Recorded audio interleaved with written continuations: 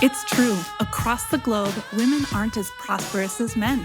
Gender inequality is a pressing moral issue, but we forget it has massive economic implications. If you were to put all of the women who don't have access to formal financial services in one place, they would make up the third largest country in the world.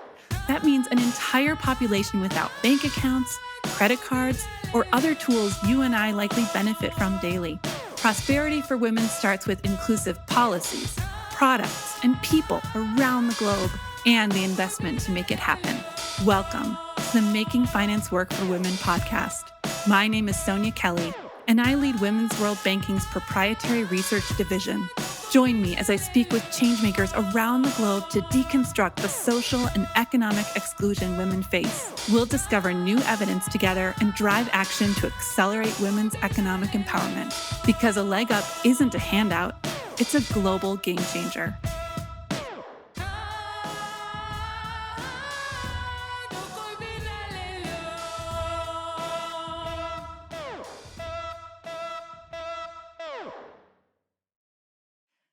Hi, thanks for tuning in today to the Making Finance Work for Women podcast, streaming exclusively on LinkedIn. I'm your host, Sonja Kelly. If you're listening to us now live on LinkedIn, you'll also be seeing me in the chat. So I'm hoping we can have a parallel conversation over there while I talk with our guest. Before we get started, I'd like to give a special shout out to Women's World Banking's Making Finance Work for Women sponsors. Our leading sponsor is the Bill and Melinda Gates Foundation. Our scaling sponsor is Ernst & Young. Our broadening sponsors are MetLife Foundation and the European Investment Bank.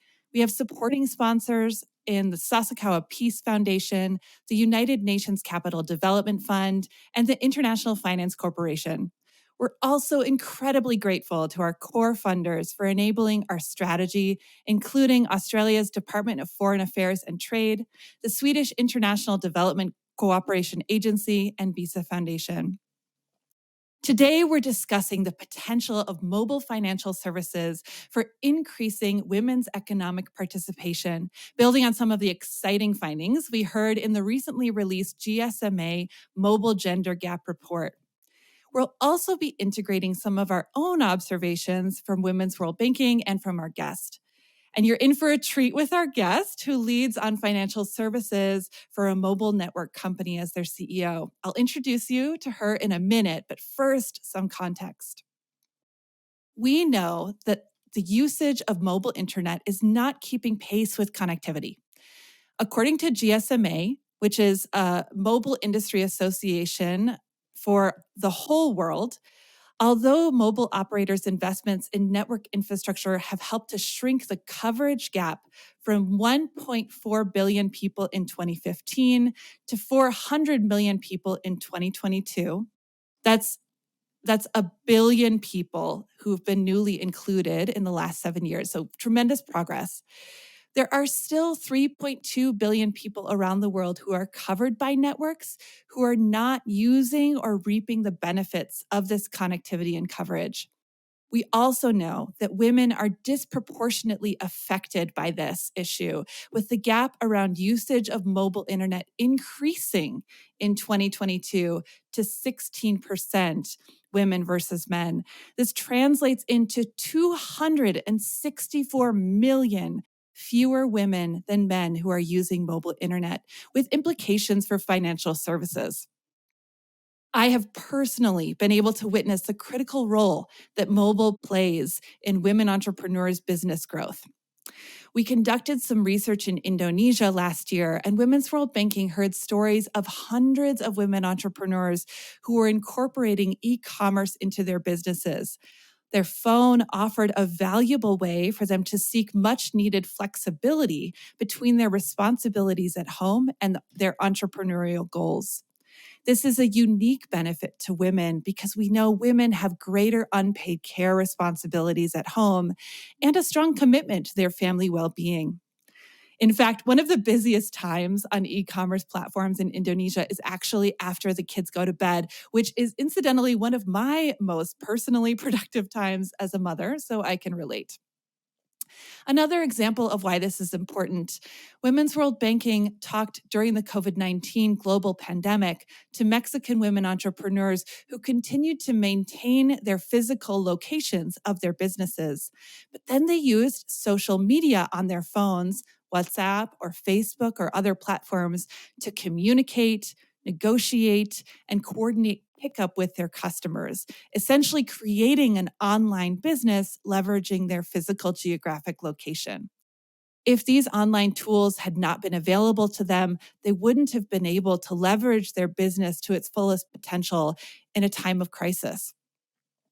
So, with that intro of the importance of the topic, I'd like to welcome now our guest, Aniqa Sandhu, to join us.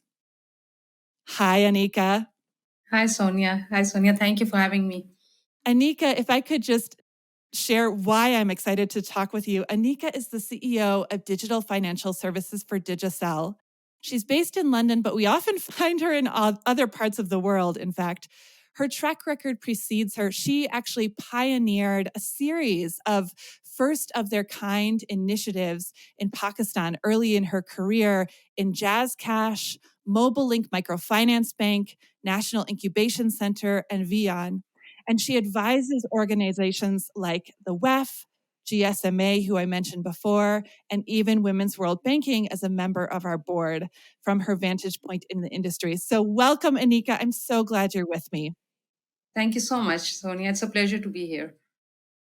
So, my kickoff question here is more about your journey to this space and to this conversation. You seem to have always been at the cutting edge of digital financial services, which I think is really exciting. But tell me about how you got into this space and what has sort of brought you through that digital financial services journey. So, I happened to come into the space as a coincidence, is what I would say. I really was working in a telecom and on the marketing side, and we started a project, just to experiment with mobile money and see what we could offer our customers. And at that time, Pakistan had a very low banking penetration. So we had a 12% banking penetration, but your cellular penetration was more than 65%. And the distribution was really entrenched across the country, even in very rural areas. So it just made sense that we could leverage the strength of the telecom distribution and the brand to really offer something as financial services. And so it started as a project, but the more I worked at it, the more passionate I became about it. And it was just about the opportunity of what it would unlock, right? So when we started doing some of the project where we were doing remittances from urban to rural, and the impact that we saw on communities was phenomenal. And that really was something that drove me even deeper into the project. And that's where it started, and I've been attached to it since, and really passionate. And really the impact that it has had on minorities, on the communities, demarginalized communities, and specifically women. I've seen that across the world now. It started with Pakistan, but it's been a multi-country journey for me now, and it continues to grow. And like you mentioned, you touched upon your comment on the GSMA report on the gender gap, right? That's real. And over the last 2 years, I think it's slowed down because of obviously the impact of the pandemic, the inflation, all the economic challenges that everybody is facing now, and more so in the low and middle income countries, right? So it's everything gets exaggerated and the impact is much stronger. So it's really important that everybody who's in this space really plays their role and is able to drive both financial and digital inclusion, is what I would focus on. Thanks. There were a number of things that you just mentioned that I'm looking forward to picking up on in our conversation. I'd like to put a pin in use cases and come back to that a little bit later. But first, let's set the stage. You mentioned the global gender gap in personal technology, devices, and mobile network connectivity. What specific challenges or barriers contribute to this gender gap? You specifically mentioned the pandemic. Are there other drivers that you're keeping track of from your vantage point in the markets where Digicel operates? So I think the first one is affordability, right? So, and when we talk about the pandemic and we talk about the inflation, obviously it's impacted everybody, and so affordability is the one that really impacts, and it impacts everybody, but impacts women much more. And so devices have become more expensive. and so access is limited for people, and they have to think about whether putting food on the table or buying a device, right? And you talk about the benefits later about what you can do with the device, but that's the first barrier that they have. And then the second one that you'll see, and that's not only in Digicel or the Caribbean, but that's across the world, is that people who have smartphones are not all internet users. So they still don't use the internet. Again, it goes back to price, especially when you look at low and middle income countries, because it's the pricing and affordability index. And then the third factor that features in is literacy, digital literacy, right? So all these factors, if you look at it as a funnel, I would look at the affordability, and then access, affordability, and then really on literacy, which drives this gender gap, and it continues to do so till there's more economic stability across the world. What about on the supply side?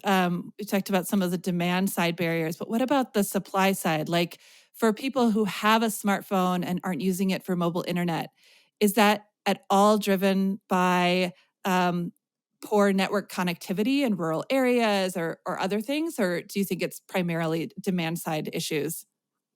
So, if you talk about connectivity, if the internet or connectivity is present in an area, then regardless of gender, you have access to it, right?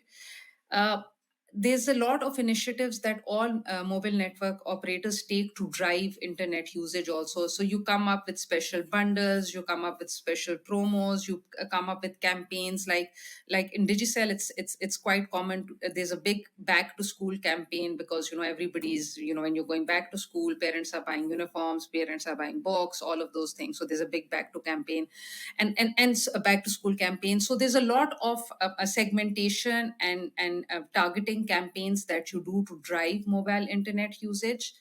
Again, I think it just goes back to affordability at the end of the day, and what people can spend versus what they need to do on necessaries. So on necessities, right? So I think that's the choice people make at the end of the day. Mm. As a researcher, I'm so curious to hear about how you at Digicel gather these insights and data on the gender gap in personal technology devices and mobile internet, but also kind of general reasons that might drive lower access for marginalized populations beyond women. What are some of the ways that you use to diagnose this challenge that you have to solve? So there's a lot of work. So we have a whole research team that does research into different areas, whether it's segments, it's population wise, it's usage wise. So we have a research team that does it.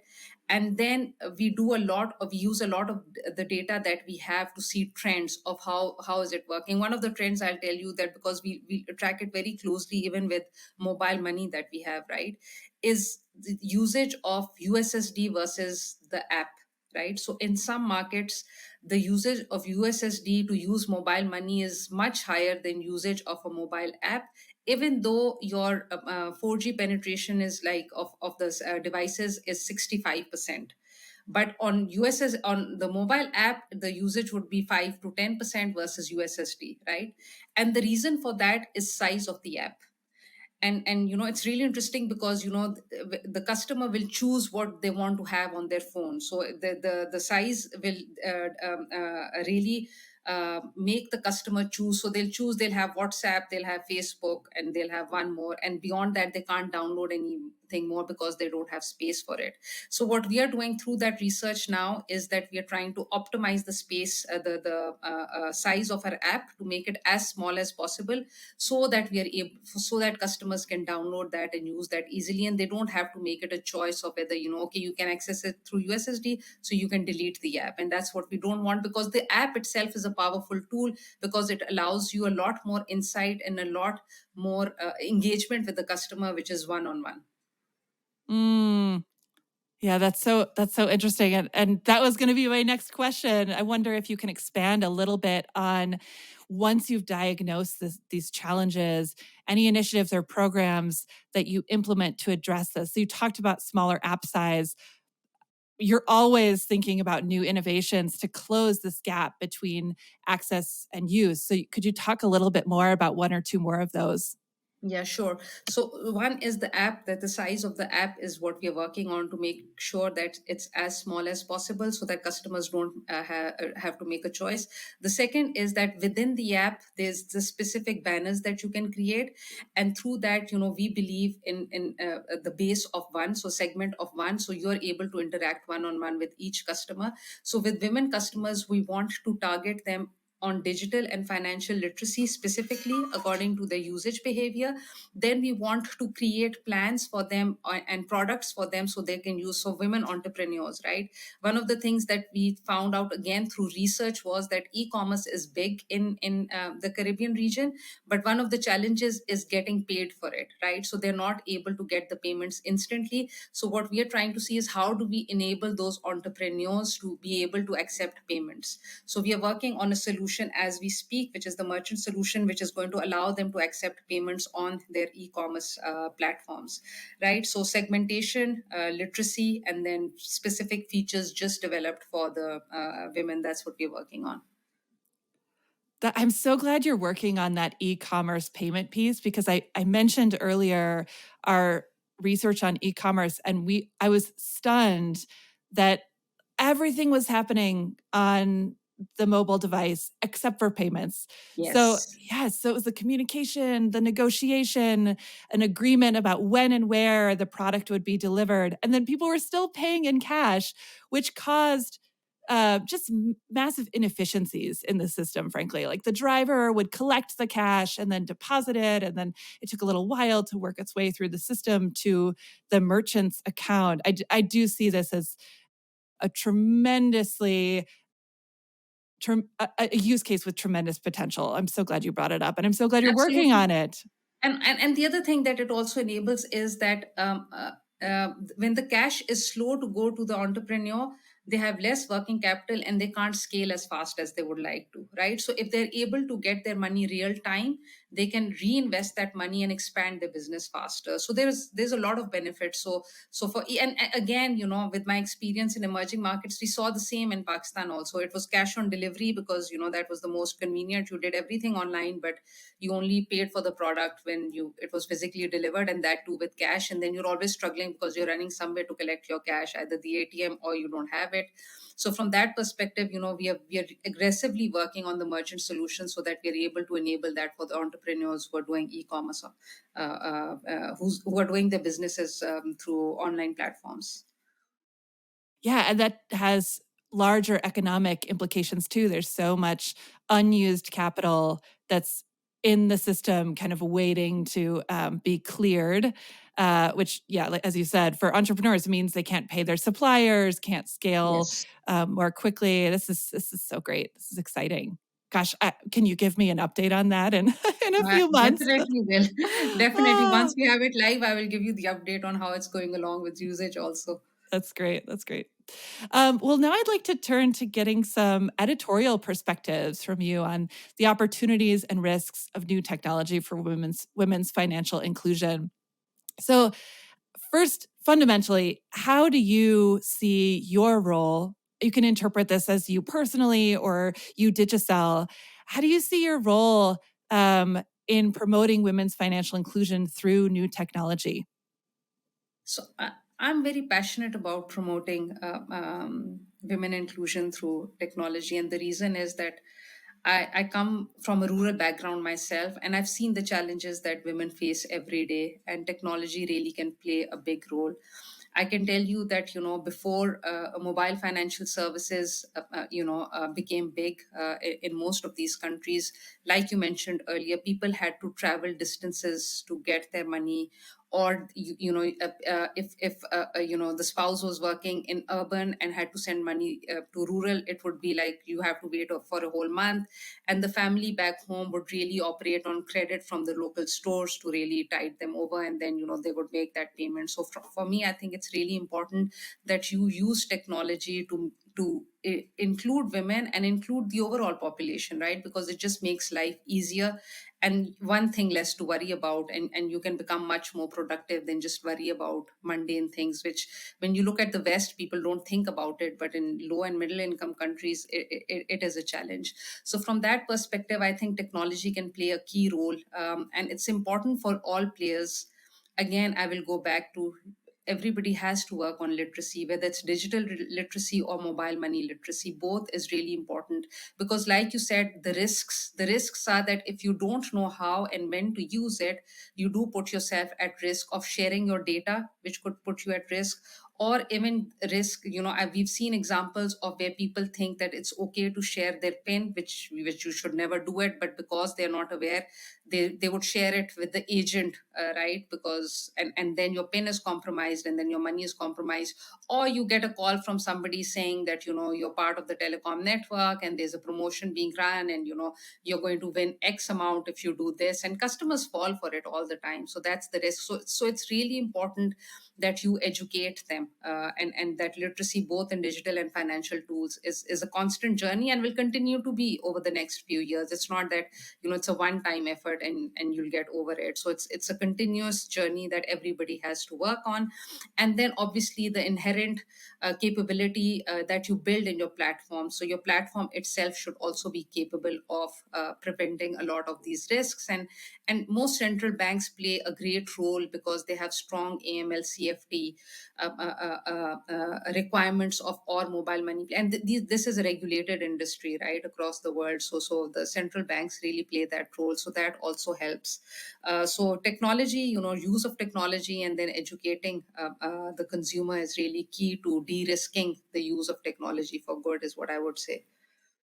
You pointed out two things here. One is something we call at Women's World Banking, and you maybe have seen the tag come across the bottom here. We call it digital financial capability, which is this combination of digital literacy and financial capability, because there are so many new things to learn. I mean, I myself, as you said, we're all on a journey.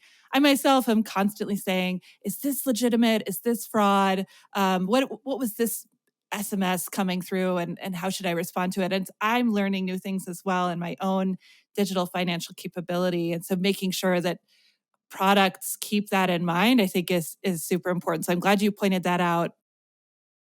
And then the other piece is consumer protection and making sure that on the provider side, there are measures in place to ensure that the people on the network are who they say they are, and that they're acting in an appropriate way in this new space we have. I mean, I tell my kids that our technology devices are like doorways to the outside, and when we use them, we're stepping outside, and that's really important to keep in mind for new users. So I'm really glad you pointed that out, because we often think at Women's World Banking about potential risks and challenges associated with new technology, for people who are just using them for the first time.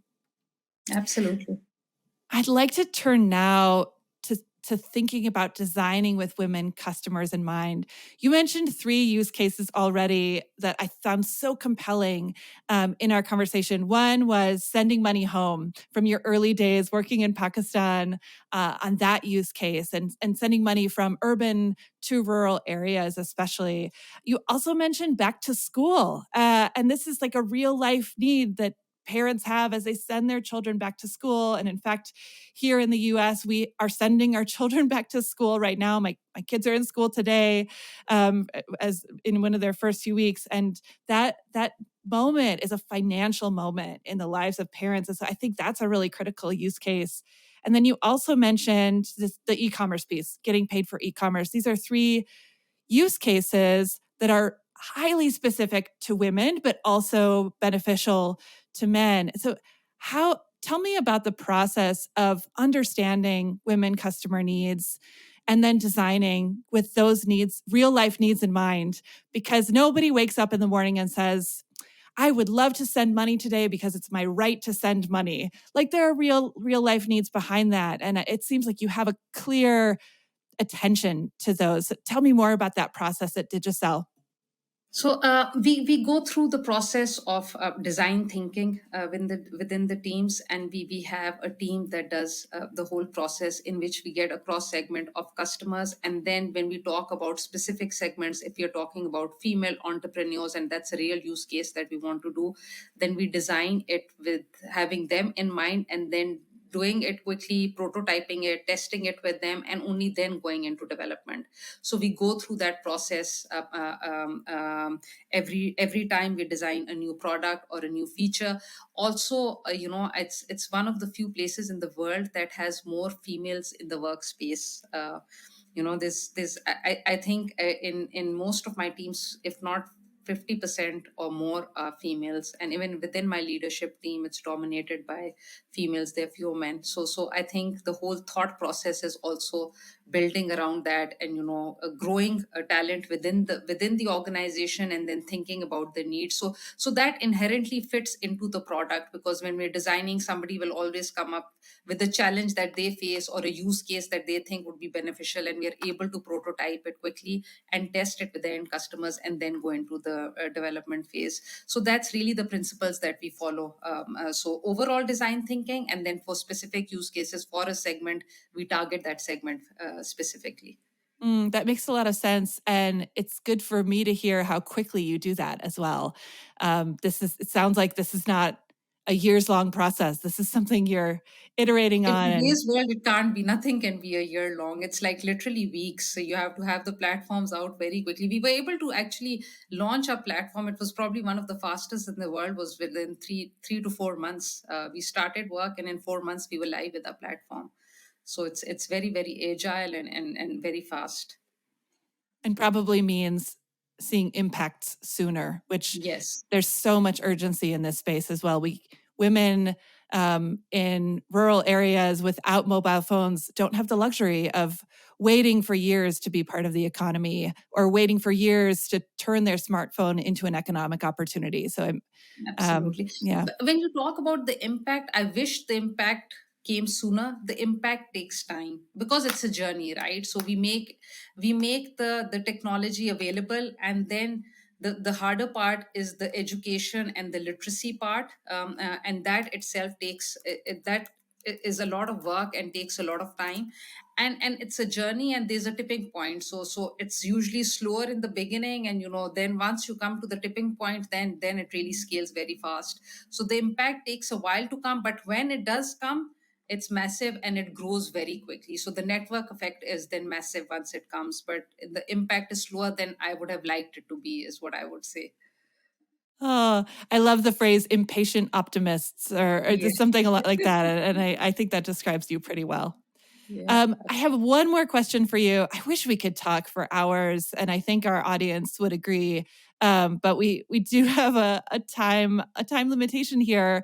My last question is: if you had one thing that you'd like to leave our audience with, a call to action, or something along those lines, based on today's conversation, what would it be? What would be your one word that you'd leave our audience with? I would think more collaboration across all the players in the ecosystem is really, really important for the success of any initiatives, especially when you talk about financial inclusion for women. So, collaboration across all stakeholders is really key. Mm, thank you. That's fantastic. Well, thank you, everyone. Join me in the chat in thanking Aniqa for her contributions to our conversation, and thank you as well to our team, Dominic Maggie, Ariane Wonder, who's behind our podcast here at Women's World Banking, the team at Digicel that Aniqa works with. Thank you so much to you at Digicel. Um, I'd like to leave us with a few calls to action myself. One is building on what Aniqa said, that it takes so many of us.